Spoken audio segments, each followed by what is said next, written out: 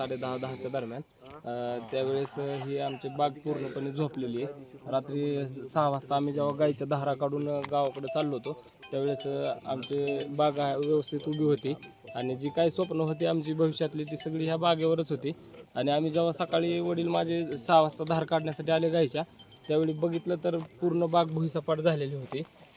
अक्षरशः म्हणजे जी परिस्थिती आमच्यावर आता उद्भवलेली आहे ही आम्ही आमच्या शब्दात मांडू शकत नाही. तर तुम्ही समोर आलेले जे प्रत्यक्षदर्शी त्यांनी बघितलंच आहे काही नुकसान झालेलं आहे ते. आम्ही सकाळपासून 2-4 व्यापाऱ्यांना फोन करून बोलवून घेतलं. व्यापारीही आले शेतात. त्यांनी ज्यावेळेस परिस्थिती बघितली त्यावेळेस त्यांना अक्षरशः पाठ फिरवलेली आहे आमच्याकडे पाठीमागं.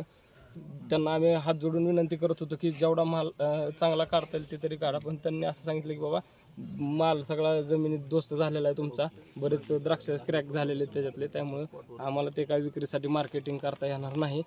त्यामुळं अक्षरशः व्यापाऱ्यांनी तर पाठ फिरवली. पण आमची अपेक्षा अशी आहे की किमान प्रशासनानं तरी आमच्या पाठीशी उभं राहावं अशा भयंकर परिस्थिती सांगण्यासारखी म्हणजे मला आता बोलता येत नाही आहे. पण माझी म्हणजे इलाज नाही आहे मला आता तुम्हाला सांगणं तर भाग आहे माझं दुःख काय आहे ते. माझ्या वडिलांनी नुकसान झालं जवळजवळ 25 ते 30 लाख रुपयाचं नुकसान झालं. 2 एकर क्षेत्र आहे आमचं हे बेलगाव शिवारात गट नंबर 127 मध्ये.